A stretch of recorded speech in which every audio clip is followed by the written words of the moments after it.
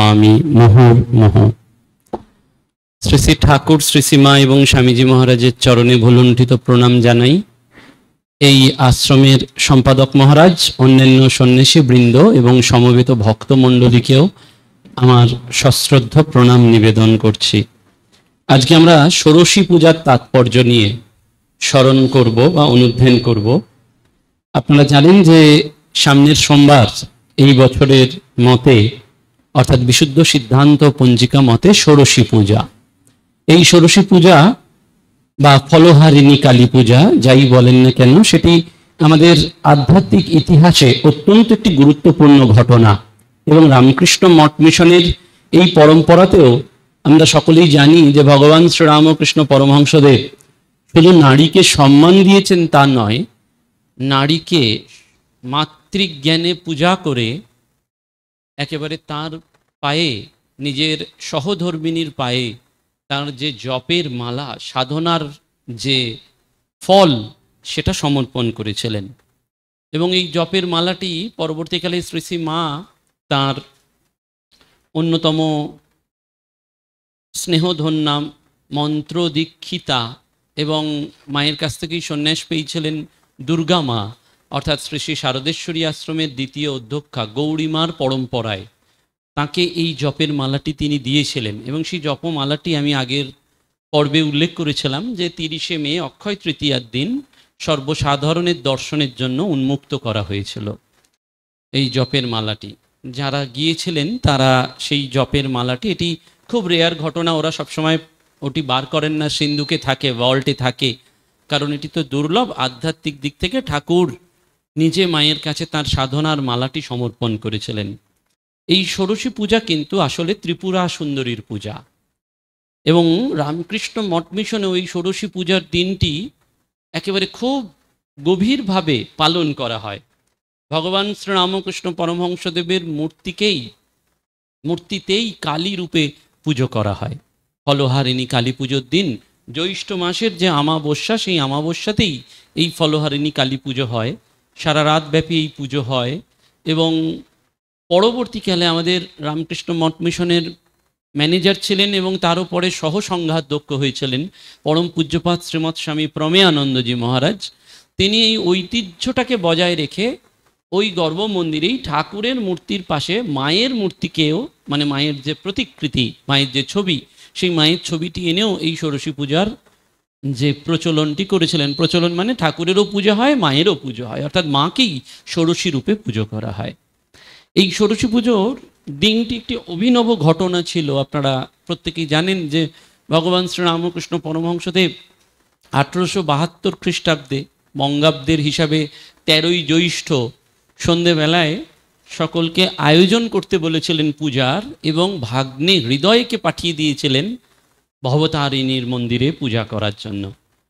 ভগবান শ্রীরামকৃষ্ণ পরমহংসদেব এইটি জগতের কাছে বার্তা দিতে চেয়েছিলেন, যেটি স্বামীজি বারবার বলেছিলেন শ্রী শ্রী মা সম্পর্কে, যে he was the saviour of women. মা হচ্ছেন সমগ্র জগৎকে বাঁচানোর জন্য সেভিয়ার, সেভ করতে পারেন একমাত্র মা। মা ছাড়া আর কেউ আমাদের এই ভব নদী পার করতে পারবেন না। রাজা মহারাজ সুন্দর করে বললেন না, মায়ের হাতেই ব্রহ্মজ্ঞানের চাবিকাঠিটা রয়েছে। মা যদি কৃপা না করেন তাহলে কিন্তু হবে না। ওই গানে আছে, এমন ব্রহ্মা বিষ্ণু অচৈতন্য জীবে কি জানিতে পারে। মহামায়ার এমনই মায়া যে মা এই তার মায়া শক্তি দিয়ে সকলকে মোহিত করে রাখেন। সেই জন্য আমরা এই মায়াকে ক্রস করতে পারি না। যতক্ষণ না মহামায়াকে আমরা ক্রস করতে পারবো না, ততক্ষণ কিন্তু ওই নির্বাণ বা মুক্তি হবে না। আমাদের এই জন্ম মৃত্যুর চক্র থেকে তো আমরা সকলে বেরোতে চাইছি। তো সেই জন্ম মৃত্যুর চক্র থেকে বেরোনোর জন্য নির্বাণ, যাকে বলে একেবারে মুক্তি লাভের জন্য, সেটি কিন্তু মায়ের হাতে, মহামায়া। সেই জন্য ঠাকুরও নিজে বারবার বলেছেন, তোমরা মহামায়ার শরণ নাও। বারবার বলেছেন, আমি লোকমান্য চাই না, দেহসুখ চাই না, অষ্টসিদ্ধি চাই না। হে মা, আমি তোমার শরণাগত, আমি কেবলমাত্র তোমার চরণে শরণ নিতে চাই। কারণ তিনি যদি না কৃপা করেন তাহলে হবে না। আপনারা শাস্ত্রের দিক থেকেও জানেন যে মণিকর্ণিকা ঘাটে গিয়ে ঠাকুর দেখেছিলেন যে স্বয়ং অন্নপূর্ণা, অর্থাৎ কাশীর যে অধীশ্বরী দেবী, অন্নপূর্ণাকে বলা হয় কাশীর অধীশ্বরী দেবী, সেখানে ওই শিব এসে গ্রন্থিগুলো কেটে দিচ্ছেন, আর মা স্বয়ং এসে কানে কানে প্রত্যেককে তারক ব্রহ্ম নাম দিয়ে মুক্ত করে দিচ্ছেন। সেজন্য কাশীতে মরলেই মুক্তি। কাশী এমন একটি এলাকা, কাশীরও আবার দুটি খণ্ড রয়েছে। কাশীর ওই উত্তরখণ্ডে দিকে যারা শরীর ত্যাগ করেন তাদের মুক্তি হয়। এরকম বহু মানুষ আছেন সারা জীবন কাশীতে বাস করলেন, কিন্তু তার মৃত্যুটা কাশীতে হলো না, তাকে ঠিক হয়তো ওই মোগলসরাইতে নিয়ে গিয়ে তার শরীর ত্যাগ হলো। বহু ঘটনা দেখতে পাওয়া যায়। আবার সারা জীবন তিনি কাশীতে রইলেন না, কিন্তু মৃত্যুর 3 দিন আগে তিনি কাশীতে মারা গেলেন। কাশীতে যেই মরবে তার মুক্তি অবধারিত, এমনকি পোকা মাকড়টিরও পর্যন্ত মুক্তি অবধারিত। কাশী শিবের একটা স্পেশাল এরিয়া, ক্ষেত্র বলা হয়। এবং সেই জন্য দেখবেন অদ্বৈত আশ্রমে আমাদের যে হসপিটাল রয়েছে সেখানেও মহারাজরা বলেন যে অনেকেই এরকম আসেন যে যখন ডাক্তার বলে দিচ্ছেন যে আর কয়েক ঘন্টা বাঁচবেন, আর কিংবা কয়েকদিন বাঁচবেন, তারা যে কোনো প্রকারে ওই হসপিটালে অ্যাডমিট করাতে চান। কারণ এই হসপিটালে হচ্ছে আমাদের ওই উত্তরখণ্ডের মধ্যে পড়ে কাশী যে সেবাশ্রমের হসপিটাল, তার মানে ওইখানে যদি মারা যায় তাহলে তার মুক্ত হয়ে গেল। সেই মুক্তির চাবিকাঠিটি কিন্তু মায়ের কাছে একমাত্র। মা যদি কৃপা করে ওই মুক্তি না দেন তাহলে হবে না। এবং মা যদি কৃপা করে সাধককে সাধনায় এগিয়ে না দেন, অর্থাৎ সিদ্ধি লাভ করাতে না সহযোগিতা করেন, তাহলেও সাধক কিন্তু সিদ্ধি লাভ করতে পারবেন না। কারণ মা নিজেই বলেছেন, হাজার জপ করো, তপস্যা করো, দান ধ্যান যাই করো না কেন, এই কৃপা ছাড়া কারুর মুক্তি নেই। ওই মায়ের কৃপাটি পেতে হবে। ঠাকুর সেই জন্যই ষোড়শী পুজোর রাত্রিটা বেছে নিলেন, ফলহারিণী। ফলহারিণীর কথাটির মানে হচ্ছে যিনি ফল হরণ করেন। এমনি বলে ফল যিনি আহার করেন। আহার মানে তো খেয়ে ফেলা নয়, কর্মফল যিনি খেয়ে নিতে পারেন, হরণ করতে পারেন, তিনিই ফলহারিণী। আর ষোড়শী কেন না, এই যে আমাদের দশ মহাবিদ্যা রয়েছে, সেই দশ মহাবিদ্যার অন্যতম মহাবিদ্যা হচ্ছেন এই ত্রিপুরা সুন্দরী বা ষোড়শী। তিনি ষোড়শ বর্ষিয়া রূপে জগতের কাছে প্রতিভাত। এবং এই ত্রিপুর সুন্দরী, সেই জন্য ঠাকুর কিন্তু ওই প্রণাম করে বলেছিলেন, হে বালে, হে ত্রিপুর সুন্দরী, সর্বসিদ্ধির দ্বার উন্মুক্ত করো।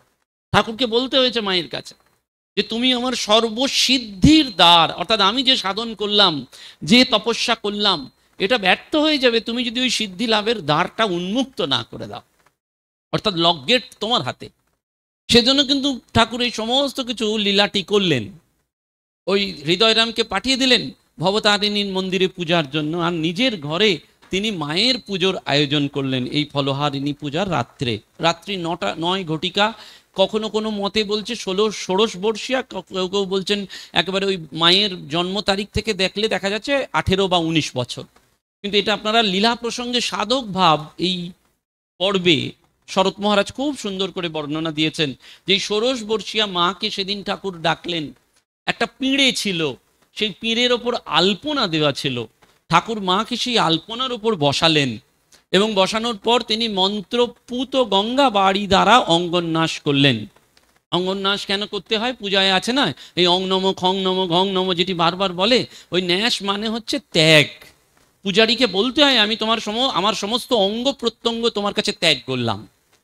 ত্যাগ ছাড়া তো সাধন পথে এগোতে পারবেন না। সেই জন্য বারবার ঠাকুরও বলছেন না, ত্যাগ ছাড়া কিছু হবেনি বাপু। স্বামীজিও বারবার বলেছেন, এদের প্রত্যেকেরই একটাই কথা যে স্যাক্রিফাইস ছাড়া সাকসেস আসে না। একজন মানুষ জীবনে কতটা সাকসেসফুল, সে কতটা স্যাক্রিফাইস করেছে জীবনে, সেইটা দেখে বোঝা যাবে। জোসেফিন ম্যাকলাউডকে স্বামীজি বলেছিলেন, তুমি কত বড় মহৎ বলে দেবো তুমি জীবনে কত কেঁদেছো। তুমি জীবনে কাঁদনি, দুগ্ধ ফেনলিব শয্যায় শুয়ে ভগবান লাভ হবে কস্মিন কালে হবে না। স্বামীজির চিঠিতে রয়েছে, ক্ষীর ননি খেয়ে কেউ কোনোদিন ভগবান লাভ করতে পারেনি। ভগবান লাভ করতে গেলে কষ্ট করতে হবে, সেটি কায়িক, বাচিক, মানসিক, সমস্ত রকমভাবেই সহ্য বলুন, শরীরকে তাপ দেয়া বলুন, এই সমস্ত। এবং সেটি কিন্তু ওই শরীরের অঙ্গ প্রত্যঙ্গকেও ত্যাগ করতে হয়। সেই জন্য বলা হয় সম্যক রূপে ন্যাস করতে হয়। ওই অঙ্গ ন্যাস ওরা করেন, অং নম খং নম ঘং নম, আমরা বুঝতে পারি না, কিন্তু এগুলো প্রত্যেকটা শাস্ত্রীয় বিধি নিষেধ। এবং তার কিন্তু ওই সিগনিফিকেন্স রয়েছে যে আমি ন্যাস করলাম, মানে আমি মায়ের কাছে, প্রতিমার কাছে পুজো করার আগে বলছি যে আমি আমার সমস্ত অঙ্গ প্রত্যঙ্গও ত্যাগ করছি, আমার দেহবোধ থাকছে না, আমি সম্পূর্ণ তোমাকে, তোমার চরণে, তোমার সাথে আমি বিলীন হয়ে যেতে চাইছি। তো ঠাকুরও কিন্তু এই মন্ত্রপুত বাড়ি দিয়ে মাকে অভিষিঞ্চিত করেছিলেন। এবং অভিষিঞ্চিত করার পর বলা হয় যে ঠাকুর মাকে বসিয়েছিলেন, আলতা পরিয়ে দিয়েছিলেন, এমনকি নববস্ত্র পরিধান করে ঠাকুর কিন্তু মাকে একেবারে পূর্ণরূপে অভিষিক্তা করে তারপর তার এই পূজা শুরু করেছিলেন। এবং এই পুজো করার পর ঠাকুর তার জপের মালাটি এবং সাধনার সমস্ত ফলটি তিনি মায়ের চরণে সমর্পণ করলেন। জগৎকে দেখিয়ে দিলেন যে স্ত্রীর সাথে 8 মাস থাকার পরেও তার এই যে সহধর্মিণী কথাটি কতটা যে ধর্ম লাভের জন্য, তার আগেই কিন্তু ঠাকুর জিজ্ঞেস করে নিয়েছেন। মা যখন জয়রামবাটি থেকে এসেছিলেন দক্ষিণেশ্বরে, ঠাকুর জিজ্ঞেস করে নিয়েছিলেন একেবারে প্রথমেই যে তুমি কি জন্য এসেছো, তুমি কি আমাকে সংসার পথে টানতে এসেছো? মা সঙ্গে সঙ্গে উত্তর দিয়েছিলেন তা কেন হবে, আমি তোমাকে ইষ্টপথে সাহায্য করতে এসেছি। সহধর্মিণীর যেটাই নেচার হওয়া উচিত। সহধর্মিণী অর্থাৎ সহধর্মিণী মানে তিনি স্বামীর সঙ্গে সঙ্গে চলবেন, ধর্মের ক্ষেত্রে এগিয়ে যাবেন। আমাদের হিন্দু শাস্ত্রে বিবাহ সেজন্য খুব ভাইটাল একটা পর্যায়। আমরা মনে করি বিবাহ খুব খারাপ, কিন্তু তা নয়। শ্রীরামকৃষ্ণদেব বারবার বলছেন না, এখানকার কৃপা থাকলে একটা বিয়ে কেন, লাখ বিয়েতেও কেউ কিছু করতে পারবে না। কারণ এই বিবাহ কিন্তু শাস্ত্রসম্মত। বিবাহে দেখবেন যখন ওই স্বামী এবং স্ত্রীর মধ্যে ওই নারায়ণ শিলাকে সাক্ষী রেখে, আগুনকে সাক্ষী রেখে 7 পাকে ঘোরা হয়, এই প্রত্যেকটা পাকের মানে আছে। আমরা জানি না, তাই সেটা আমাদের দুর্ভাগ্য। কিন্তু হিন্দু বিবাহ পদ্ধতিতে বলা আছে এই 7টা পাকের মানে। স্বামী স্ত্রী দুজনে বলবেন আমাদের কোনোদিন যেন অন্ন কষ্ট না হয়, স্বামী স্ত্রী দুজনে বলবেন আমাদের যেন সুপুত্র লাভ হয়, স্বামী স্ত্রী দুজনে বলবেন আমাদের মধ্যে যেন কোনো বিচ্ছেদ না হয় কোনোদিন, স্বামী স্ত্রী দুজনে বলবেন আমরা যেন একই ধর্মের অনুসারী হই। এই রকমভাবে 7টা পাক বলা আছে। এইটি প্রত্যেকটা মানে রয়েছে। আমরা সেটা জানি না, জানার চেষ্টাও করি না। আমরা ওই শাস্ত্রীয় দিকটা ছেড়ে দিয়ে বাহ্যিক দিকটা নিয়েই মেতে থাকি। কিন্তু আসলে প্রত্যেকটা, এই যে গর্ভাধান থেকে মৃত্যু পর্যন্ত, এমনকি শ্রাদ্ধ পর্যন্ত, এই প্রত্যেকটা তো একটা সংস্কার। আমাদের হিন্দু ধর্মে 64টা সংস্কারের কথা বলা হয়েছে। গর্ভাধান, পুংসেবন, তারপরে এই আতুরের মানে জন্ম গ্রহণ, তারপরে তার উপনয়ন, পৈতে, বিবাহ, অন্নপ্রাশন, এবং এর মধ্যে অন্য আরো অনেকগুলো রয়েছে। এই সংস্কারগুলো আগে তো একেবারে বৈদিক ধর্মে 64টা সংস্কার ছিল, কিন্তু সেটা কমতে কমতে দশবিধ সংস্কার এসছে। এই দশবিধ সংস্কার মানে 10টা সংস্কার আপনাকে মানতেই হবে ধর্মের অনুসারে। সেই 10টা সংস্কারের মধ্যে একটা সংস্কার হচ্ছে বিবাহ। ঠাকুর কিন্তু ওই জন্যই বিবাহ করেছিলেন। ঠাকুর বলছেন আমি যদি বিবাহ না করতাম তাহলে আমি ওই 10টা সংস্কারের একটা সংস্কার এসকেপ করতাম, মানে সরে গেলাম। জগৎ আমাকে ওইখানে ধরতো যে আপনি এই যে জগৎগুরু বা আচার্য বা অবতার বরিষ্ঠ যাই হচ্ছেন না কেন, আপনি তো একটা স্টেপ স্কিপ করে গেলেন। সেজন্য যিনি অবতার হবেন, যিনি এই লোকনাট্য লীলা নাট্য করবেন, তিনি কোনো স্টেপ কিন্তু বাদ দেবেন না অঙ্কের মতন। সেজন্য বিবাহ করলেন। স্ত্রীর সাথে 8 মাস রমণীর সাথে থাকলেন, রমণ করলেন না, জগৎকে দেখিয়ে দিলেন করা যায়। I am the example. সবাই বলে example is better then percept. আমি অনেক কিছু ব্যাখ্যা করতে পারি, কিন্তু এক্সাম্পল কোথায়? এক্সাম্পল শ্রীরামকৃষ্ণ বারবার সকলে বলেছেন। সবাই বলছে যে টাকা ছুলে হাত বেঁকে যায়, এটা একটা স্টেটমেন্ট, কিন্তু শ্রীরামকৃষ্ণকে এরা প্রতি মুহূর্তে পরীক্ষা করে দেখেছেন সত্যিই কি টাকা ছুলে হাত বেঁকে যায়? বলছে হ্যাঁ, টাকা ছুলে হাত বেঁকে যায়। নরেন্দ্রনাথ করেছেন, পরবর্তীকালে অন্যরাও 2-1 বার করতে গিয়ে দেখেছেন যে ঠাকুরের হাত একেবারে ঝনঝন করে উঠতো, শিঙি মাছের মতন বেঁকে যেত। স্ত্রীলোক পাশ দিয়ে গেলে তাদের হাওয়া সহ্য করতে পারতেন না শ্রীরামকৃষ্ণ। এটি একেবারে নিজের কাছে এক্সাম্পল হিসেবে দেখাচ্ছেন। এবং পরবর্তীকালেও কিন্তু আমরা সেটা দেখতে পাই। স্বামীজি কিন্তু ওই আত্মারামের কৌটো যখন প্রতিষ্ঠা করছেন বেলুড় মঠে, প্রতিষ্ঠা করে স্বামীজি তো পুজো করেছিলেন প্রথম দিকে, এবং প্রথম দিকে পুজো করার সেও একটা দেখার মতন ছিল। একদিন পূজা করতে করতে স্বামীজির মনে হলো সত্যি কি এই কৌটে আত্মারাম আছেন? কাউকে কিছু বললেন না, মনে মনে ঠিক করলেন যদি সত্যি আত্মারাম থাকেন তাহলে গোয়ালিয়রের রাজাকে এই বেলুড় মঠে আসতে হবে। স্বামীজি কিন্তু এটা মনে মনে আত্মারামের কাছে বললেন। বলে সেদিন চলে গেলেন স্বামীজি কলকাতায় কোনো একটা কাজে। বিকালবেলায় ফিরে এসে জানতে পারলেন যে গোয়ালিয়রের রাজা যাচ্ছিলেন মঠের পাশ দিয়ে, এবং তিনি মঠে ঢুকে স্বামীজির খোঁজ নিয়েছেন যে স্বামীজি সত্যি আছেন কিনা। এইটা শোনা মাত্রই স্বামীজি আত্মারামের কৌটোর কাছে গিয়ে একবারে হাউ হাউ করে কেঁদে বললেন তুমি সত্যি, তুমি সত্যি, তুমি সত্যি। এই যে আত্মারামের কৌটো, যেটা স্নানযাত্রার দিন জগতের কাছে আমরা দেখতে পাই যে স্নানযাত্রার দিন এই আত্মারামের পুজো হয় বেলুড় মঠে। ওই ভোরবেলায় আত্মারামের পুজো হয় এবং সেই জল পবিত্র স্নান বাড়ি সকলকে স্পর্শ করিয়ে দেওয়া হয়। যারা বেলুড় মঠে সকালবেলায় যেতে পারেন 7টা, 7:30, 8টার সময় সব সাধু ব্রহ্মচারীরা ওই আত্মারামের কৌটোকে দেখার জন্য ব্যস্ত থাকেন। বছরের নির্দিষ্ট কয়েকটি দিনেই তো আত্মারামের কৌটোর পুজো হয়, তার মধ্যে একটি দিন হচ্ছে এই স্নান যাত্রার দিন, দুর্গাপূজার মহা অষ্টমীর দিন, ঠাকুরের তিথি পুজোর দিন। এইরকম নির্বাচিত কয়েকটি দিনে এই আত্মারামের কৌটোর পুজো হয়। অর্থাৎ স্বামীজি বলছেন এই আত্মারাম কি সত্যি, প্রমাণ দিলেন। কারণ স্বামীজি আত্মারামকে প্রতিষ্ঠা করেই বলেছিলেন তুমি কি এখানে থাকবে, বলেছিলেন হ্যাঁ। যতদিন এই লোককল্যাণ, বলেছিলেন হ্যাঁ। এই বারবার 3 সত্যি করিয়ে নিয়েছিলেন যে এখানে আমি নিত্য কল্পতরু লোককল্যাণের জন্য আজীবন এখানে আমি থাকবো, তুই আমাকে কাঁধে করে নিয়ে গিয়ে যেখানে বসানো। স্বামীজি নিজে কাঁধে করে এনেছিলেন, কিন্তু আত্মারামের কৌটোকে যখন নীলাম্বর বাবুর বাগান বাড়িতে ফিরিয়ে নিয়ে যাচ্ছেন তখন কিন্তু নিজে নিয়ে যাননি। এটা একটা মজার ব্যাপার, ইন্টারেস্টিং। শিষ্য শরৎচন্দ্র চক্রবর্তীকে বলেছিলেন তুই ফেরত নিয়ে যা আত্মারামের কৌটোকে। কেন? সন্ন্যাসী নিয়ে এলেন, গৃহীর মাথায় দিয়ে ফেরত পাঠালেন, বুঝিয়ে দিলেন শ্রীরামকৃষ্ণের কাছে গৃহী এবং সন্ন্যাসী দুজনেরই অধিকার রয়েছে। সেই জন্য গৃহস্থ জীবন কোথাও হেলার জীবন নয়, বরঞ্চ ভরসার জীবন। ওই যে বিবাহ ঠাকুর করলেন এবং মাকে নিয়ে দেখালেন, এবং শুধু দেখালেন না, শঙ্করাচার্য পর্যন্ত প্রমুখরা বলেছিলেন যে নারী নরকের দ্বার, নারী দ্বারা কিছু হবে না। শ্রীরামকৃষ্ণ ঠিক এইটার কাউন্টার অ্যাক্ট করার জন্য এই জগজ্জননী মাকেই রেখে গেলেন, যে এই মায়ের দিয়েই সব হবে। সেই জন্য স্বামী বিশুদ্ধানন্দজি মহারাজ খুব সুন্দর করে বলেছেন রামকৃষ্ণ যুগ শেষ হয়ে গেছে, সারদা যুগ শুরু হয়ে গেছে। সারদা যুগ, এই সারদা নামটির মধ্যেই রয়েছে, দেখবেন সা মানে হচ্ছে স্বামীপ্যে, যিনি আপনার সঙ্গে সঙ্গে সর্বদা রয়েছে। আর কেউ না থাকুক, একজন মা রয়েছেন। আপনি কাঁদুন, মায়ের কাছে বলুন, আপনি সেই অনুভব পাবেনই পাবেন। ওই স্বামীপ্যে রয়েছে, আপনাকে রক্ষা করছেন। সারদা, র মানে হচ্ছে তিনি রক্ষা করছেন সর্বদা।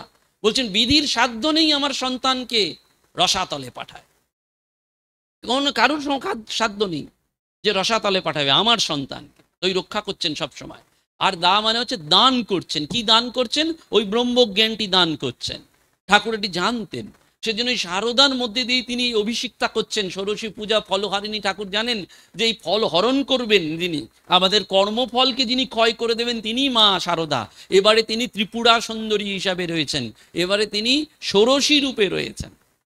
সেজন্য নারী নরকের দ্বার নয়, এই নারীর মধ্যে দিয়েই শ্রীরামকৃষ্ণ প্রমাণ করে দিতে চাইলেন যে স্ত্রিয়া সমৎসা জগত সকলেষু, অর্থাৎ সমস্ত স্ত্রী জাতি জগতের মধ্যে যারা আছে তাদেরকে সম্মান করতে হবে। এবং স্বামীজি বললেন he was the saviour of women, তিনি সমগ্র মানব জাতিকে, সমস্ত নারী শক্তিকে বাঁচাতে পারেন এই মা শারদা। সেই জন্য বললেন মহাপুরুষ মহারাজকে, ভায়া মাকে কেউ তোমরা এখনো কেউ বুঝতে পারোনি, আমি জ্যান্ত দুর্গার পুজো দেখাবো তবে আমার নাম।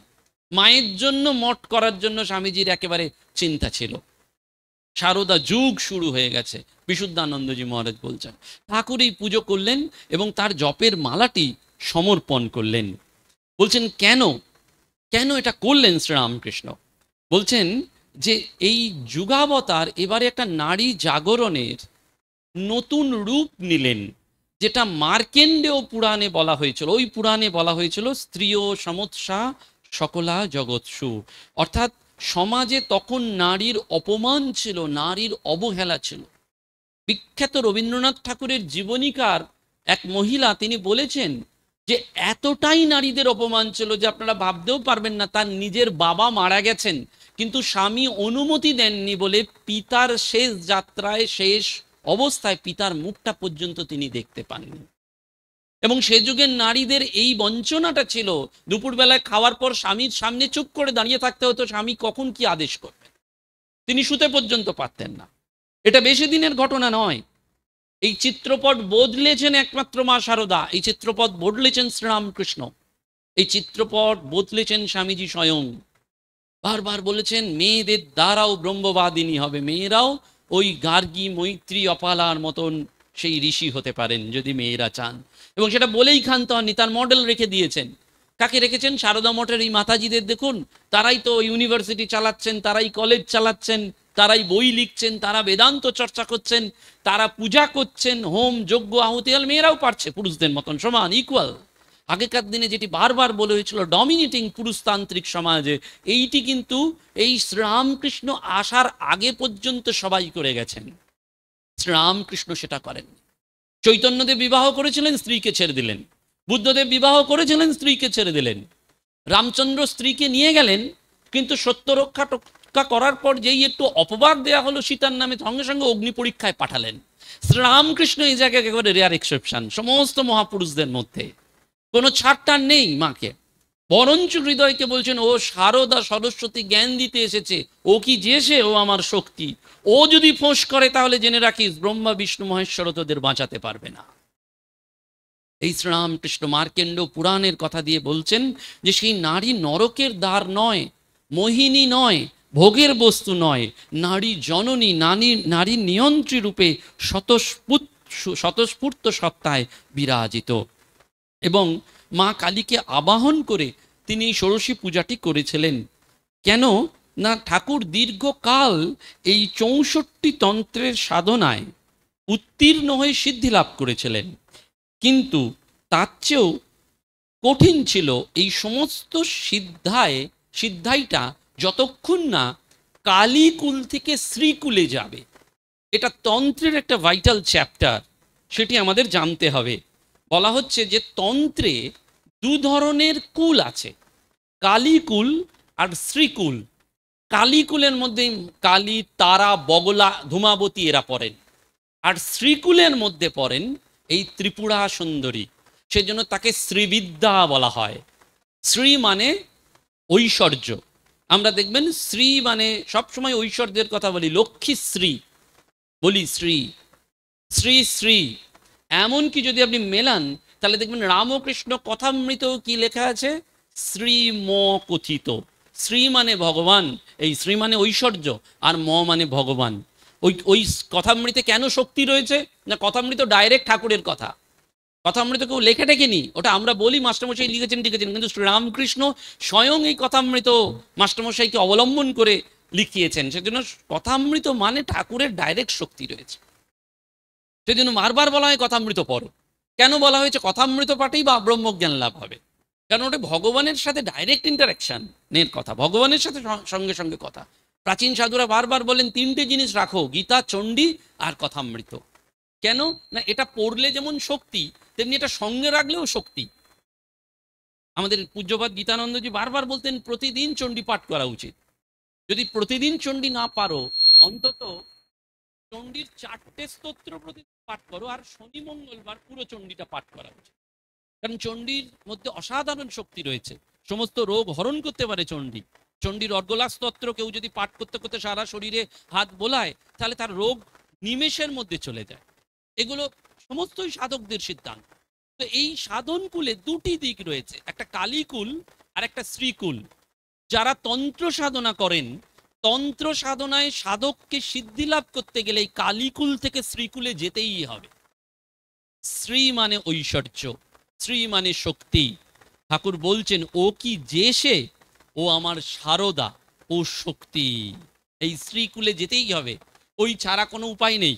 সেই জন্য বারবার ঠাকুর এই ফলহারিণী কালী পুজোর মতে বলা হয় যে ষোড়শী পুজোর বিধান কিন্তু পূর্ণিমার রাত্রে হয়।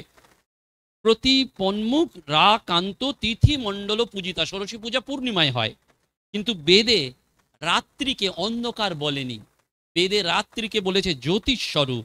সেই জন্য এক নিত্য জ্যোতি রাত্রেও বিদ্যমান থাকে, যেটা অনভিক্ত রূপে থাকে, অর্থাৎ সেটা প্রকাশ হয় না। ওই যে বলয়, ওই যে জ্যোতি, সেটা রাত্রিবেলাতে দেখতে পাওয়া যায়। স্বামী শান্তানন্দজির যিনি সেবা করেছিলেন তিনি নিজে বলেছিলেন, এখনো জীবিত আছেন, তিনি বলেছিলেন যে শান্তানন্দজি একেবারে রাত্রিবেলায় বাচ্চা ছেলের মতন রাত্রি 9টার সময় খেয়ে দিয়ে শুয়ে পড়তেন, সবাইকে ঘুম পাড়িয়ে দিতেন। সেবককেও বলতেন তুমি ঘুমিয়ে পড়ো ঘুমিয়ে পড়ো। বলছেন হঠাৎ একদিন রাত্রি 1:30টার সময় উঠে সেবকের কি একটা কারণে ঘুম ভেঙে গেছে, উনি চোখ খুলে দেখছেন যে শান্তানন্দজি মশারির মধ্যে বসে রয়েছেন একেবারে কাঠ হয়ে রাত্রি 1:30টায়, আর শান্তানন্দের শরীরকে ঘিরে একটা জ্যোতির বলয় ঘুরছে, জ্যোতির বলয় ঘুরছে। সময়টা রাত্রি 1:30, তাহলে অন্ধকার। তার মানে রাত্রি অন্ধকার নয়, রাত্রি জ্যোতিকে নির্ধারণ করে, বেদে বলছে। সেই জন্য ঠাকুর কিন্তু ফলহারিণী পুজোর রাত্রিটাই বেছে নিলেন, দিন নয়। এই ফলহারিণী পুজোর রাত্রি ওই জ্যোতি দরকার। সেই জ্যোতি অনভিক্ত রূপে থাকে বা অব্যক্ত রূপে থাকে, সেই জ্যোতির কোনো বিনাশ নেই। সেই জন্য রাত্রিকে সূর্যের পুত্রী বলা হয়েছে। দেবী কালীর মধ্যে সেই জ্যোতি অনভিক্ত রূপে থাকে, সেই জন্য তিনি শ্যামবর্ণা। ঠাকুর বলছেন কালীকে কালো দেখো কেন? কথামৃতে রয়েছে কালীকে আমরা কালো দেখি কেন? বলছেন তুমি ওকে অন্ধকার দেখো, কিন্তু কালী আসলে তো কালো নয়। শ্রীরামকৃষ্ণকে মেলান, বলছেন কালী তো আসলে কালো নয়, কালী কিন্তু ওই প্রচন্ড জ্যোতির রূপা। আমরা সেটা বুঝতে পারছি না, আমরা মনে করছি তিনি করাল, ভীষণ তার রূপ, কিন্তু তা তো নয়। স্বামীজি বলছেন আয় আয় মা, আমি করালই তোর নাম, কিন্তু স্বামীজি সেখানে সারেন্ডার করছেন যে ওই কালীর মধ্যেই মিশে যাওয়া। সেজন্য ভবতারিণী আর এই শ্রীরামকৃষ্ণ এর মধ্যে তো আলাদা কিছু নেই। তিনি মাস্টারমশাইকে বলেছিলেন যে এর চিন্তা করবে সে আসলে ভবতারিণীরই চিন্তা করবে, যে ভবতারিণীর চিন্তা করবে সে এরই চিন্তা করবে। এই প্রকাশগুলো ছোট্ট ছোট্ট ভাবে করে দিয়ে গেছেন। সেই জন্য বারবার তিনি শ্যামবর্ণা। নারদ পঞ্চরাত্রে বলা হচ্ছে যে কৈলাসে একদিন ইন্দ্রের নির্দেশে গৌর বর্ণা অপ্সরাগণ মহাদেব এবং পার্বতীকে দর্শন করতে এসেছিলেন। তাদের সামনে মহাদেব পার্বতীকে কালী বলে সম্বোধন করলেন। কালী মানে কালো, কৃষ্ণবর্ণা। অপ্সরারা চলে যাওয়ায় পার্বতী খুব ক্রুদ্ধ হয়ে চিন্তা করলেন যে এই কালো রং পরিত্যাগ করে আমি শুদ্ধ গৌরী হব। তিনি অন্তর্ধান করলেন। পরে নারদ এলে মহাদেব বললেন কালী আমাকে পরিত্যাগ করে চলে গেছে। নারদ ধ্যানে দেখলেন সুমেরু পর্বতের উত্তর দিকে দেবী তপস্যায় মগ্ন। নারদের কাছে মহাদেবের সংবাদ পেয়ে গৌরী ধারণ করলেন এক অপরূপ রূপ। ফিরে এসে মহাদেবের বক্ষে দেখলেন এক অনুপমা নারীর ছায়া। ওই ছায়ার পরিচয় জিজ্ঞাসা করলে মহাদেব বললেন এটি তোমারই তপস্যা মূর্তি।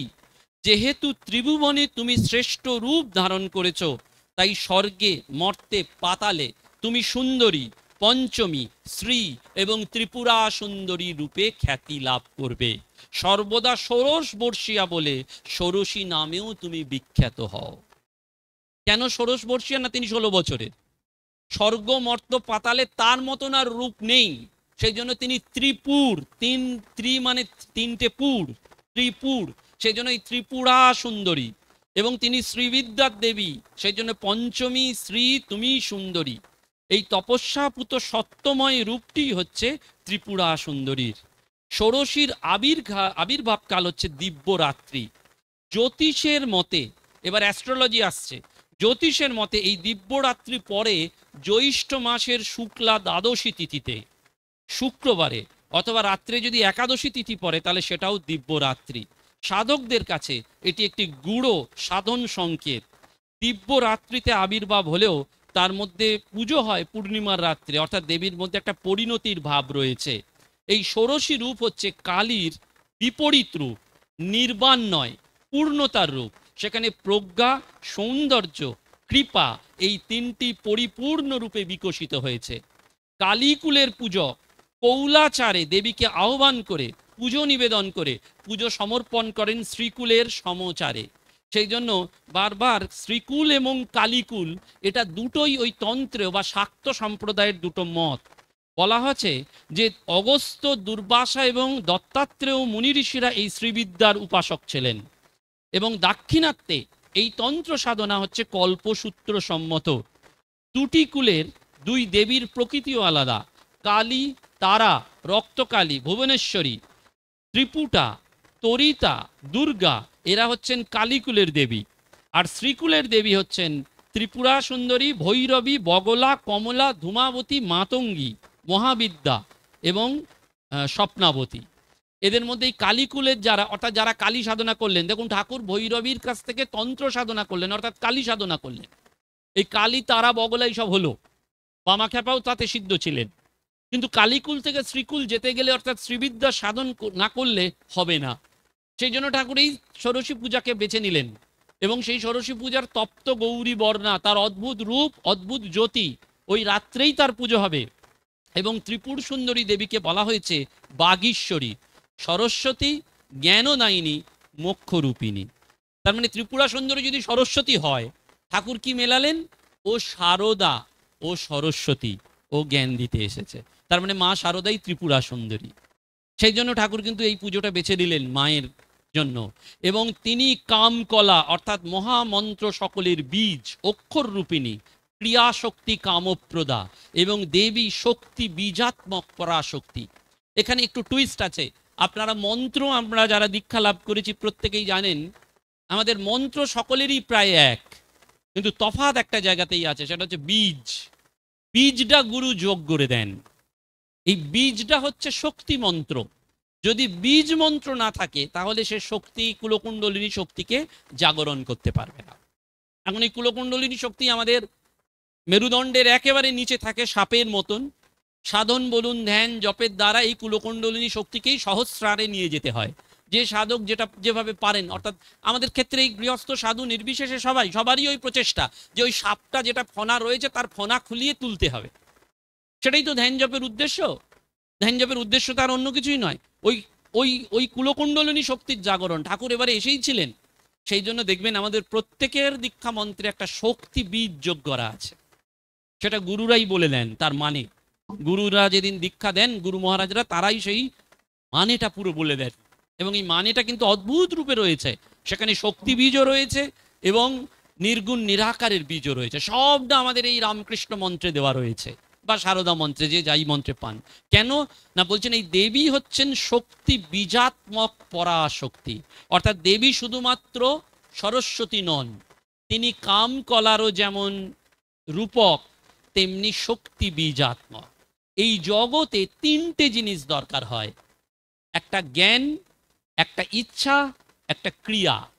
এই ত্রিপুরা সুন্দরী যেহেতু স্বর্গ মর্ত নরক তিনটে পুরের অধিষ্ঠাত্রী দেবী, এবং তাকে বলা হয়, ষোড়শী পুজোকে বলা হয় ত্রিকূট মন্ত্র, অর্থাৎ বাঘ ভবকূট, কাম রাজকূট আর শক্তিকূট। মানে তিনটে জিনিস আমাদের মধ্যে রয়েছে। জ্ঞান শক্তি মানে নলেজ, ইচ্ছা শক্তি মানে ডিজায়ার, আর ক্রিয়া শক্তি মানে ওয়ার্ক। যদি ঠাকুরমা স্বামীজির আঙ্গিকে মেলান, ঠাকুর বারবার বলেছেন ওই জ্ঞান না হলে, জ্ঞান মানে কি শুধুমাত্র স্কুল কলেজ ইউনিভার্সিটির ডিগ্রি, তা কিন্তু নয়। জ্ঞান মানে তিনি একমাত্র সত্য, বাকি সব মিথ্যে। এই জ্ঞান, এই জ্ঞান শক্তি, এই জ্ঞান শক্তি যখনই আপনার আসবে তখনই আপনার মধ্যে একটা ইচ্ছা শক্তি, ডিজায়ার কাজ করবে। কি ডিজায়ার কাজ করবে? ঠাকুর বলছেন তখন সে আঁটুপাঁটু করবে ঈশ্বরকে পাওয়ার জন্য। কারণ সে বুঝে গেছে যে ঈশ্বর ছাড়া আমার এই পৃথিবীতে আপন কেউ নেই। কিন্তু প্রথমে আপনাকে ওটা জানতে হবে যে ঈশ্বর ছাড়া আমার আপন কেউ নেই। দুদিনের জন্য এই জগৎকে যারা দেখছি সব অনিত্য, এটা তো এমনি টার্ম যে দুদিনের জন্য যা দেখছেন অনিত্য, কিন্তু শাস্ত্রের বিচারে আসতে হবে। তো গভীরতাটা কোথায়? ষোড়শী পুজো কেন করলেন শ্রীরামকৃষ্ণ? করলেন তো এই কারণে, এমনি তো করেননি যে নিজের স্ত্রীকে বসালেন, পুজো করে ফেললেন।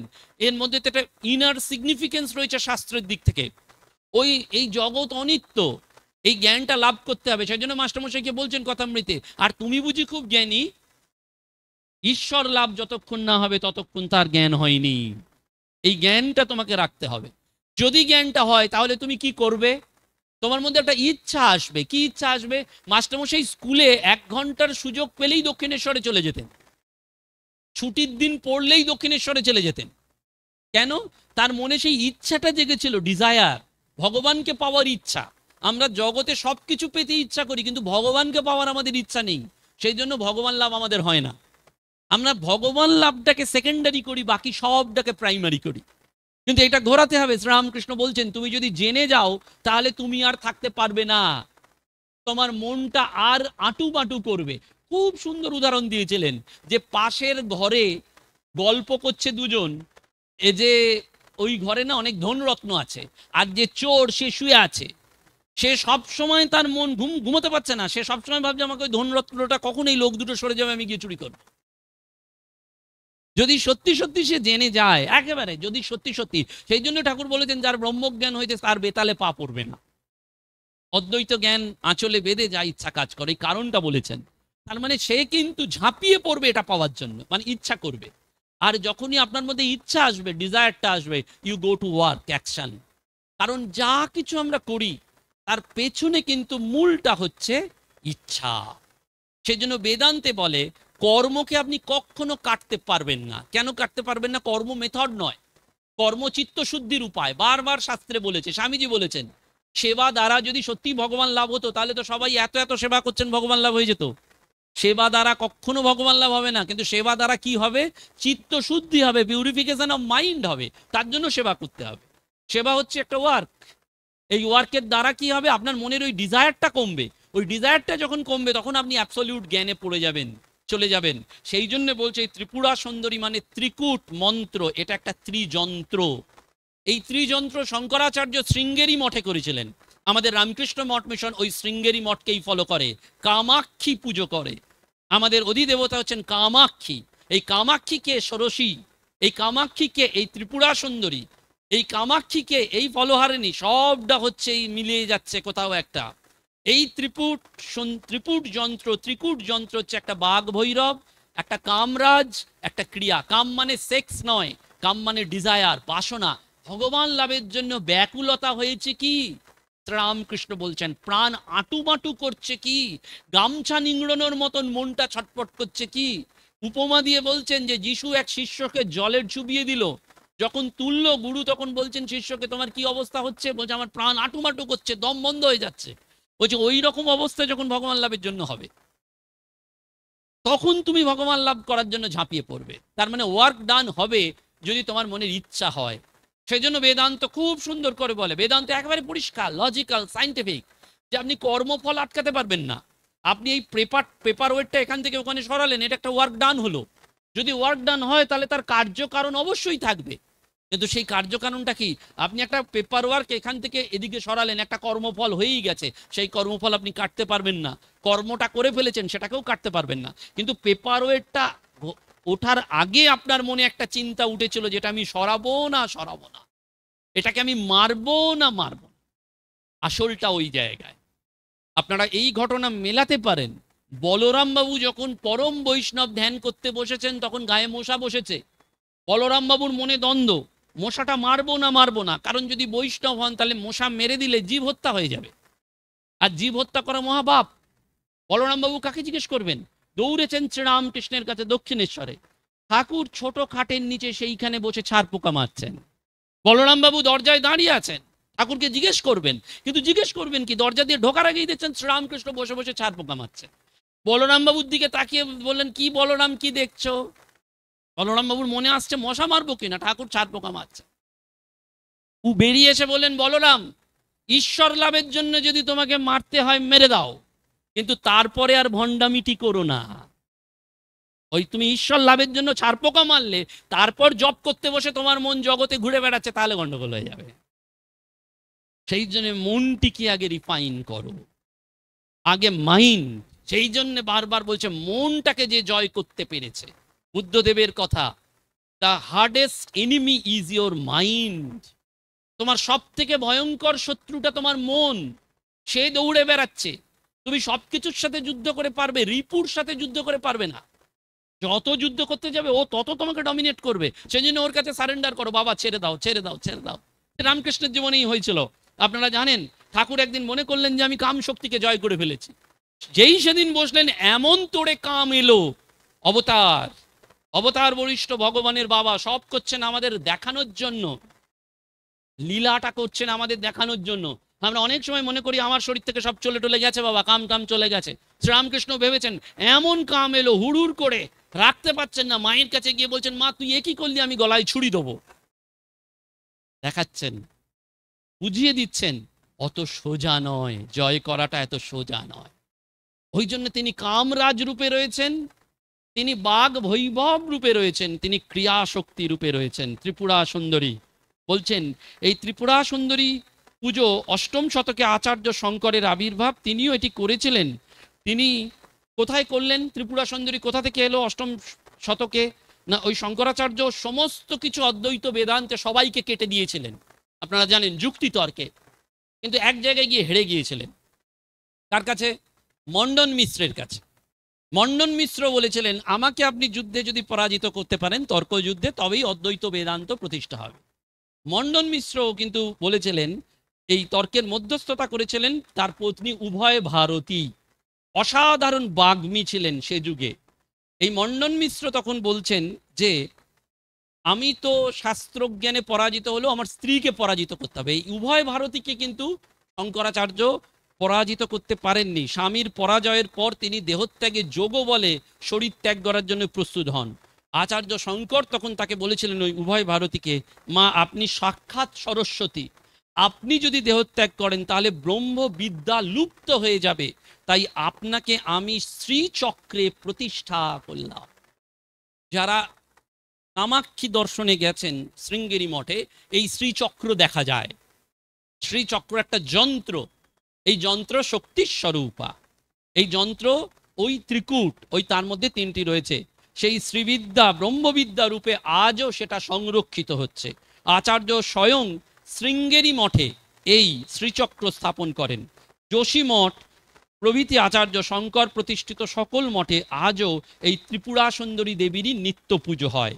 তোতাপুরীর কাজে ঠাকুর পুরী সম্প্রদায়ে শ্রীকুলে স্বাভাবিক এসেছিলেন, কিন্তু এই পুরী সম্প্রদায়ের পীঠাধিষ্ঠাত্রী দেবী হচ্ছেন কাঞ্চিপুরমের ষোড়শী কামাক্ষী বা ত্রিপুরা সুন্দরী, তাকে বলা হয় রাজরাজেশ্বরী বা শ্রীবিদ্যা।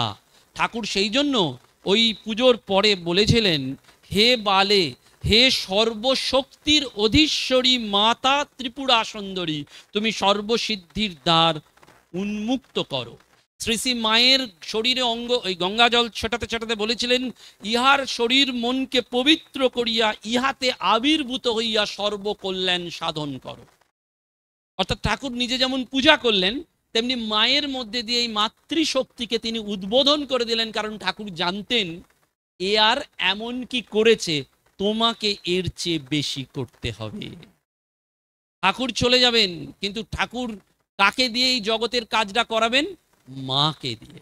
সেজন্য মা সঙ্গজননী, সেজন্য এই মা জগতের পালক, নিয়ন্ত্রা, সব মা। ওই যে শারদা, যিনি সঙ্গে সঙ্গে রয়েছেন, যিনি রক্ষা করছেন, যিনি দান করছেন, সবটা তিনি। ঠাকুর কিন্তু এই ষোড়শী পূজার মধ্যে দিয়েই যেমন জগতে মাতৃসত্তাকে প্রতিষ্ঠিত করলেন, দেখালেন একটা দিক যে আমি স্ত্রীকে ওই জগদম্বার জ্ঞানে, শাস্ত্রীয় জ্ঞানে, দেবিক জ্ঞানে পুজো করছি, আমার সমস্ত ফল সমর্পণ করলাম, আমি শ্রীকুল কালীকুল থেকে শ্রীকুলে গেলাম। অন দ্য কন্ট্রারি, মায়ের মধ্যে দিয়ে তিনি বলছেন সর্বসিদ্ধির দ্বার উন্মুক্ত করে এর শরীর মনকে পবিত্র করে ইহাতে আবির্ভূত হইয়া সর্বকল্যাণ সাধিত করো। এই ত্রিপুরা সুন্দরীর মন্ত্র সেই জন্য 3 ভাগে বিভক্ত, এবং ওই মন্ত্র আজও মানুষ উচ্চারণ করেন, এবং সেটা বেদানু অনুমোদিত, অর্থাৎ বেদের অনুমোদিত। এবং এই ত্রিপুরা সুন্দরী দেবীর মহিমা ললিতা সহস্র নামে বলা হয়েছে, এবং সেখানে একটি মন্ত্রে বলা হয়েছে আ ব্রহ্মর কীট জন্যই নম। অর্থাৎ তিনি শুধুমাত্র মানুষের মধ্যে নেই, তিনি সমস্ত কীটের মধ্যেও রয়েছেন। কোথায় এর এভিডেন্স পান? মাকে জিজ্ঞেস করা হয়েছিল, মা আপনি কি এই পিঁপড়েটারও মা? মা বলেছিলেন, বাবা আমি ওই পিঁপড়েটারও মা। জ্ঞান মহারাজকে বলেছিলেন, বাবা বেড়ালগুলোকে যদি মারো তাহলে জেনে রেখো ওটা আমার গায়ে আঘাত করা হবে, আমি ওই বেড়ালগুলোরও মা, আমি ওই পোষা চন্দনা পাখিটারও মা। ওই ত্রিপুরা সুন্দরীতে বলা হচ্ছে ললিতা সহস্র নাম মন্ত্রে আ ব্রহ্ম কীট জন্যই নম। অর্থাৎ আমি শুধুমাত্র মানুষের নয়, আ ব্রহ্ম কীট পর্যন্ত যতটা রয়েছে ব্রহ্ম, যা কিছু দেখছো সব আমার। চণ্ডীতে সেই জন্য বলছে সবই আমি, তুমি কি পুজো করবে? পূজ্য পূজক সব এক, মিলে যাচ্ছে। তুমি ফুল দিয়ে পুজো করবে, এই ফুল তো আমার সৃষ্টি। তুমি ধূপ দেবে, এই ধূপ তো আমি রচনা করেছি। তুমি দুধ মিষ্টি ক্ষীর দেবে, ও তো আমি রচনা করেছি। কিন্তু তোমার কাছে একটা জিনিস দেবার রয়েছে, সেটা ভক্তি। তোমার কাছে একটা জিনিস দেবার রয়েছে, চোখের জল। তোমার কাছে একটা জিনিস রয়েছে, ভালোবাসা। তুমি সেটা দাও, বাকি যা কিছু দিচ্ছ সেটা সব আমার জিনিসই, তুমি আমাকে ফেরত দিচ্ছ। এই দেওয়ার মধ্যে কোনো ক্রেডিট নেই। সেই জন্য এই ত্রিপুর মানে যেমন স্বর্গ মর্ত পাতাল, তেমনি স্বপ্ন, জাগ্রত এবং সুষুপ্তি বেদান্তের দিক থেকে। আমরা প্রত্যেকেই প্রত্যেক দিন দেখবেন গভীর ঘুমে যাই। এই গভীর ঘুমটা কি? সুষুপ্তি। জেগে আছেন, সব দেখতে পাচ্ছেন, স্বপ্নেও ভালো দেখছেন যে বেলুড় মঠে ঘুরছেন, এখানে আসছেন, কিন্তু সুষুপ্তিতে যখন চলে যান তখন আর স্বপ্ন থাকে না, একেবারে ডিপ স্লিপ। দেখবেন ডিপ স্লিপ যেদিন না হয়, পরের দিন শরীরটা ম্যাচ ম্যাচ করে। আমরা প্রত্যেকে ওই 7 ঘন্টা 6 ঘন্টা 8 ঘন্টা যে যখনই ঘুমোই না কেন একবার ডিপ স্লিপে যাই। আর ডিপ স্লিপে যাওয়া যখনই আমরা যাই, তখনই আমরা আমাদের ভেতরের পরমাত্মাকে প্রতিদিন একবার করে টাচ করি, নইলে আমাদের মধ্যে এই দেবত্ব প্রকাশই হবে না। স্বামীজি ওইটি বারবার বলেছেন, দেবত্ব, you are the immortal bliss, it soul is potentially divine. তুমি যে দেবতা, দেবতা কি করে বুঝবে? বাইরে থেকে তো বিকশিত, কিন্তু ওই সুষুপ্তিতে গিয়ে আমরা একবার টাচ করি, যাকে বলে একবার স্পর্শ করে দেওয়া। এই ত্রিপুরা সুন্দরী মানে কিন্তু, বা ত্রিপুর মানে জাগ্রত, স্বপ্ন, সুষুপ্তি। প্রত্যেকটা মানুষ এই তিনটে পুরে কাজ করছে, এবং তিনটে পুরেই দেবী শক্তি কাজ করছে। সেই জন্য এর কৃপা লাভ করলে মানুষ স্বপ্ন, জাগ্রত, সুষুপ্তির পরের অবস্থায় চলে যেতে পারে। সেটাকেই মুক্তি বা নির্বাণ বলে। সেই অবস্থাটা কি আপনারা জানেন, কথামৃতে তুরীয় অবস্থা। ঠাকুরের কি হতো? সমাধি, না স্বপ্ন, না জাগ্রত, না সুষুপ্তি, তিনি তুরীয় স্টেটে চলে যেতেন। তখন তাকে নাম মায়ের নাম শোনাতে হতো কানে, তবে তিনি ওই স্টেট থেকে নামতেন। স্বপ্ন, জাগ্রত, সুষুপ্তিকে ক্রস করে যে যাওয়া, সেটাকে বলে তুরীয় অবস্থা। সেই জন্য ঠাকুর নরেনকে বলেছিলেন, ওরে সমাধি অনেকহীন অবস্থা, ওরও পরের অবস্থা আছে। সমাধিরও পারের জায়গা রয়েছে, সেই পারে আনন্দ। সেই আনন্দের যদি রূপ কেউ একবার পায়, তাহলে সে আর ফিরে আসতে পারবে না। আমাদের পূজনীয় সর্ববিধানন্দজি মহারাজ একটা অদ্ভুত ঘটনা বলেছিলেন। সম্ভবত গৌহাটিতে মহারাজের আশ্রমে একজন সাধু আসতেন, খুব বৃদ্ধ সাধু। তিনি ওই মহারাজ রাত্রিবেলায় একদিন তাকে খাবারের সময় ডাকতে গেছেন 9টার সময়, কিন্তু মহারাজ ঘরটা ডাকার সময়, মানে ঘর ভিজিয়ে তিনি জব ধ্যান করতেন, তো ওই ঘরটা ভিজিয়ে যখন গেছেন, তখন দেখছেন তিনি একেবারে স্ট্রেট ওইভাবে বসে আছেন। অনেকক্ষণ কেটে গেছে, 15-20 মিনিট বাদে আস্তে আস্তে যখন ফিরে এসছেন, তখন তাকিয়ে মহারাজকে বলেছিলেন, জানো, যে স্টেটে চলে গিয়েছিলাম আর ফিরে আসতে ইচ্ছা করছিল না। এই তুরীয় অবস্থা, এই তুরীয় অবস্থাটাই কিন্তু আমাদের প্রত্যেকের কাম্য। ওই ত্রিপুরা সুন্দরী মানে ত্রিপুর, স্বপ্ন, জাগ্রত, সুষুপ্তির পারে যেতে হবে। ঠাকুর ওইটি বারবার বলছেন, দেহবোধের পারে যাও। সুষুপ্তিও রয়েছে, কিন্তু তারপরে আবার আমরা স্বপ্নে চলে আসি, আবার ভোরবেলায় ঘুম ভেঙে যায় অ্যালার্ম বাজলেই। ওর পারে যাওয়া। সেই জন্য এই তুরীয় অবস্থা লাভ করলে ব্রহ্মবিজ্ঞানে প্রতিষ্ঠিত হয়। ওই ব্রহ্মবিজ্ঞানের প্রতিষ্ঠাটাই দেবীর করুণা। সেই জন্য বারবার বলা হয় ভগবানকে, ভগবান তুমি আমাকে আইন দিয়ে বাঁচিও না, তোমার করুণা দ্বারা বাঁচাও। ভগবানের কাছে কখনো আইন দিয়ে বাঁচতে যাবেন না, কারণ ভগবানের আইন খুব কঠিন। আমরা কত এমন এমন কাজ করে ফেলছি যে ভগবানের আইনে বাঁচতেই পারবো না। তাহলে বাঁচার উপায়টা কি? শর্টকাটটা কি? শর্টকাট একটাই, কৃপা, by the grace of God. ওই জন্য অবেদানন্দজি লিখলেন, কৃপাঙ্কুরু জগতেষু। ওই যে কৃপাঙ্কুরু, তুমি কৃপা করো। সুতেষু প্রণতেষু চ চরণাশ্রয় দানেন কৃপাময়ী নমস্তুতে। তোমার তো কৃপা দ্বারাই আমরা বেঁচে আছি। তোমার কৃপা আর করুণা না থাকলে তো আমরা বাঁচতে পারবো না। মা, তুমি কৃপা করো। আমি সব সাধনা টাধনা করলাম, তোমার ফল তোমার চরণে সব কিছু দিয়ে দিলাম, কিন্তু তুমি যদি কৃপা না করো। ঠাকুর বললেন ওই জন্যে, হৃদু সর্বনাশ, ওকে কিন্তু কখনো রাগাস না। ও যদি রেগে যায় তাহলে কিন্তু আর কিচ্ছু হবে না। সেই জন্য ওই ললিতা সহস্র নামে যেমন আব্রহ্মণ্য কীটর জন্যই বলা হচ্ছে, তেমনি বলা হয়েছে ওং করুণা রসসাগরই নম, ওং প্রেম রূপাই নম। অর্থাৎ মায়ের আসল রূপটা প্রেম, মায়ের আসল রূপটা করুণা। সেই জন্য করুণার প্রতিমূর্তি শারদা, প্রেমের প্রতিমূর্তি শারদা। কিন্তু এর পেছনে তত্ত্বটা কাজ করছে এইভাবে। তত্ত্বটা বুঝলে আরো ক্লিয়ার হয়ে যাবে যে মায়ের কাছেই আমাদের এইটি প্রার্থনা করতে হবে, যে মা তুমি আমায় জ্ঞান দাও। ঠাকুর বলছেন, অদ্বৈত জ্ঞান আঁচলে বেঁধে যা ইচ্ছা কাজ করো। ঠাকুরের তো কিচ্ছু ছিল না, কিন্তু বলছেন ওই বাঘা বাঘা পণ্ডিতদের সাথে আমি লড়াই করেছি। লড়াই মানে যুক্তিতর্ক। বলে মা যেন রাস ঠেলে দিচ্ছেন। কে রাস ঠেলে দিতে পারে?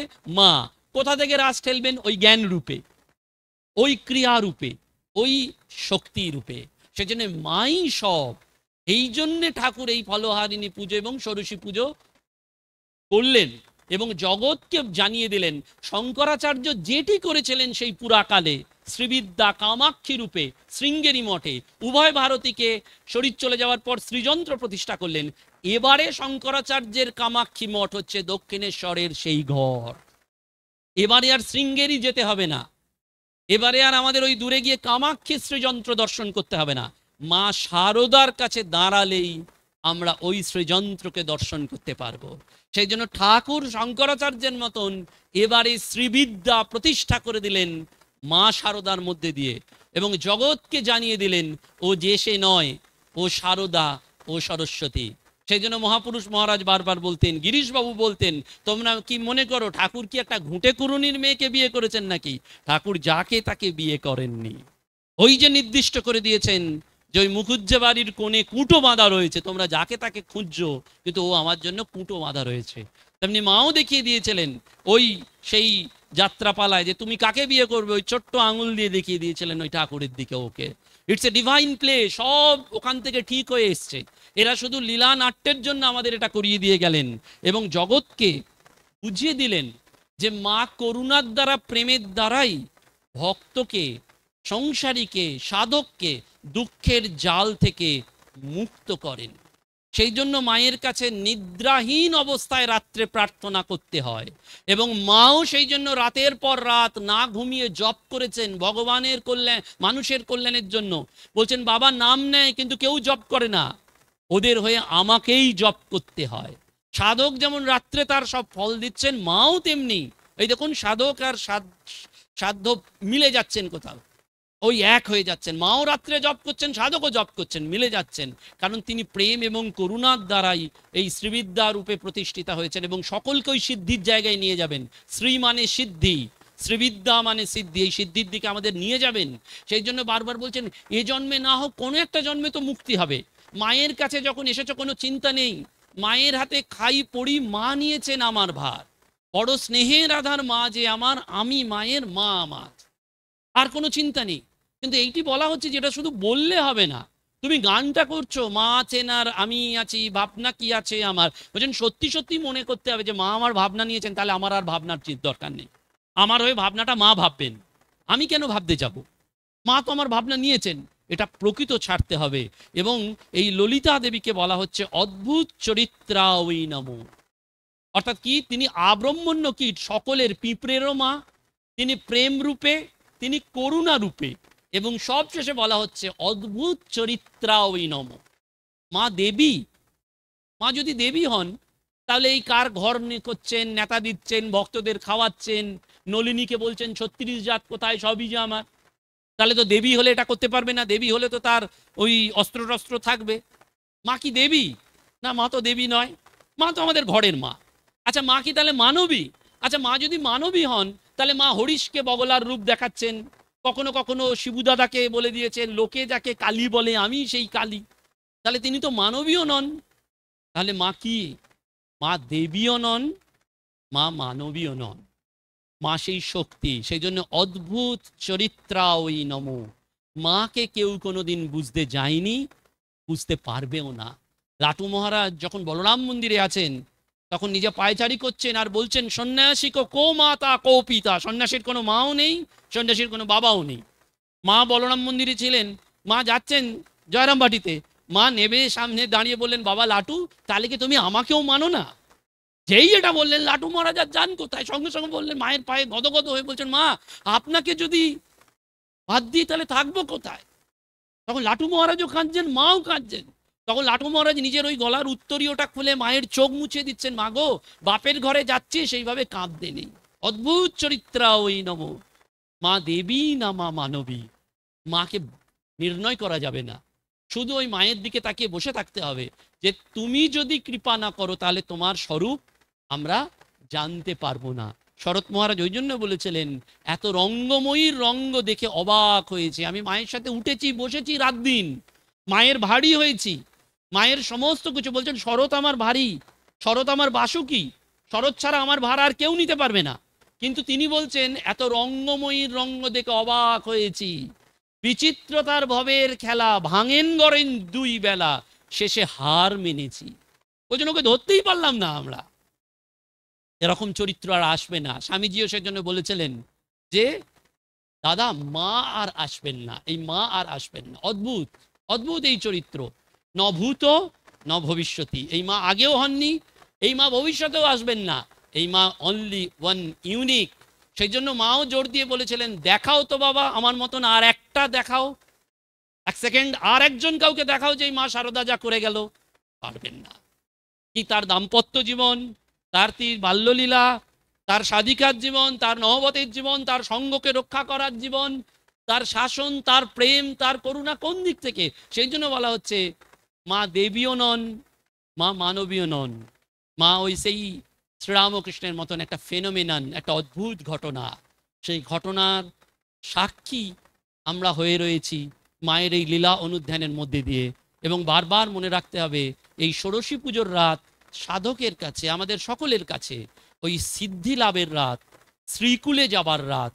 সেজন্য ওই দিন বেশি করে জপ ধ্যান করা, রাত জেগে মায়ের কাছে প্রার্থনা করা যে তুমিও আমাকে ওই সিদ্ধির জায়গায় নিয়ে যাও।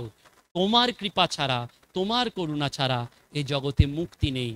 তাই মায়ের কাছে আমাদের বারবার ওই প্রার্থনা যে তুমি কৃপা করে তোমার চরণে স্থান দাও। ওই কৃপা ছাড়া আমরা, তার কৃপা ছাড়া বাঁচতে পারবো না। আর মাও বারবার বলছেন কৃপা কৃপা বলো, কৃপা রোজ দ্বারে গিয়ে ফিরে আসে। আমরা কৃপা নেবার জন্য যাতে অধিকারী হতে পারি। তারা দেবার জন্য বসে আছেন, কিন্তু আমরা নেবার জন্য বসে নেই। রাজা মহারাজকে বশিষ্ঠর সেন বলেছিলেন যে মহারাজ আপনি বড় কৃপণ, আপনাকে ঠাকুর সব দিয়ে গিয়েছিলেন, কিন্তু আপনি তো আমাদের দিতে পারেন। তখন রাজা মহারাজ হেসে একটাই কথা বলেছিলেন, আমরা দেবার জন্য বসে আছি, নেবার লোক কই? সবাই এসে বলে এই দাও ওই দাও, সন্ন্যাস দাও। কেউ এসে বলে না ব্রহ্মজ্ঞান দাও, কেউ এসে বলে না মুক্তিটা দাও। আমরা কৃপণ নই, আমরা দেবার জন্য বসে আছি, কেউ নেবার জন্য আসে না। তারা রয়েছেন, আমরা তাদের কাছে যদি না যাই এবং ওই যাওয়াটা দিনহীনের মতন, ওই সবটা দিয়ে দেওয়া, যাতে মা আমাদের সমস্ত কর্মফল হরণ করে তার চরণে, তার কোলে আমাদের স্থান দেন। সকলকে প্রণাম জানিয়ে আজকের অনুষ্ঠান এখানে শেষ করলাম। নমস্কার।